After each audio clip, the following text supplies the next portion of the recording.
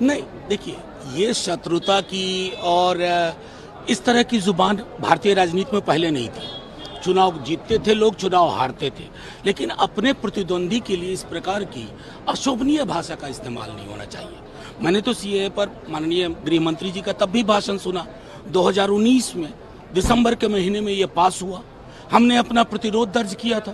क्यों? क्योंकि संविधान सम्मत नहीं है। दूसरा, तमिल हिंदुओं ने क्या बिगाड़ दिया आपका? और परसिक्यूशन सिर्फ रिलीजियस नहीं होता है, पॉलिटिकल परसिक्यूशन भी होता है। अगर आप इन देशों का ही नाम ले रहे हैं तो इसमें कई इस्लाम में भी सेक्ट हैं जिनका परसिक्यूशन होने की बात आती है।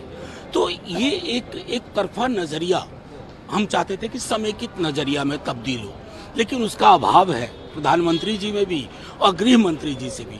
बस इतना आग्रह करेंगे कि चुनाव की गर्मी बहुत बढ़ेगी, आपस में व्यवहार में गर्माहट बनी रहे। उन्होंने एक चीज और बोला कि ममता बनर्जी को शायद ये नहीं मालूम है कि शरण लेने वाले व्यक्ति और घुसपैठी है जो होते उसमें क्या अंतर है। नहीं, ममता जी को तो मालूम है, लेकिन संभवतः प्रधानमंत्री जी और गृह मंत्री जी हर व्यक्ति को घुसपैठिया करार देने की जो बंगाल में इन्होंने कोशिश की, दिल्ली में कोशिश की, ये शब्द उचित नहीं है। आपकी सरकार 10 बरस है, अगर घुसपैठ हो रही तो किसका फेलियर है?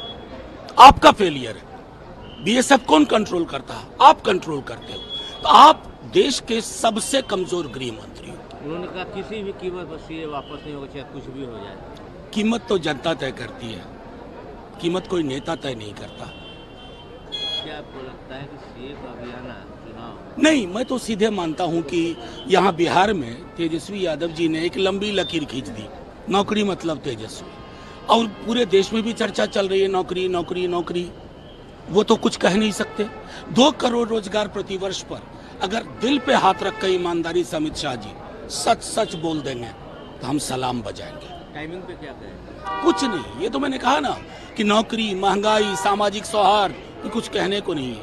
आप सरकार होगी वहाँ, फिर मैं देखूंगा। नहीं, देखिए, ये शत्रुता की और इस तरह की जुबान भारतीय राजनीति में पहले नहीं थी। चुनाव जीतते थे लोग, चुनाव हारते थे, लेकिन अपने प्रतिद्वंदी के लिए इस प्रकार की अशोभनीय भाषा का इस्तेमाल नहीं होना चाहिए। मैंने तो सीएए पर माननीय गृह मंत्री जी का तब भी भाषण सुना, 2019 में दिसंबर के महीने में ये पास हुआ। हमने अपना प्रतिरोध दर्ज किया था। क्यों? क्योंकि संविधान सम्मत नहीं है। दूसरा, तमिल हिंदुओं ने क्या बिगाड़ दिया आपका? और परसिक्यूशन सिर्फ रिलीजियस नहीं होता है, पॉलिटिकल परसिक्यूशन भी होता है। अगर आप इन देशों का ही नाम ले रहे हैं तो इसमें कई इस्लाम में भी सेक्ट हैं जिनका परसिक्यूशन होने की बात आती है। तो ये एक तरफा नजरिया, हम चाहते थे कि समेकित नजरिया में तब्दील हो, लेकिन उसका अभाव है प्रधानमंत्री जी में भी और गृह मंत्री जी से भी।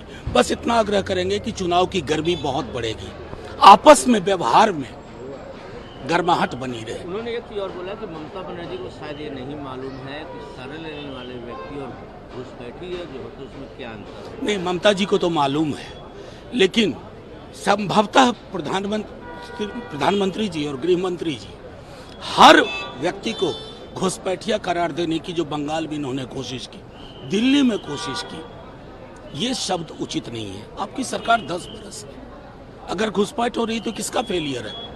आपका फेलियर है। बीएसएफ कौन कंट्रोल करता है? आप कंट्रोल करते हो। तो आप देश के सबसे कमजोर गृह मंत्री हो। उन्होंने कहा किसी भी कीमत पर सीए वापस नहीं होगा, चाहे कुछ भी हो जाए। कीमत तो जनता तय करती है, कीमत कोई नेता तय नहीं करता।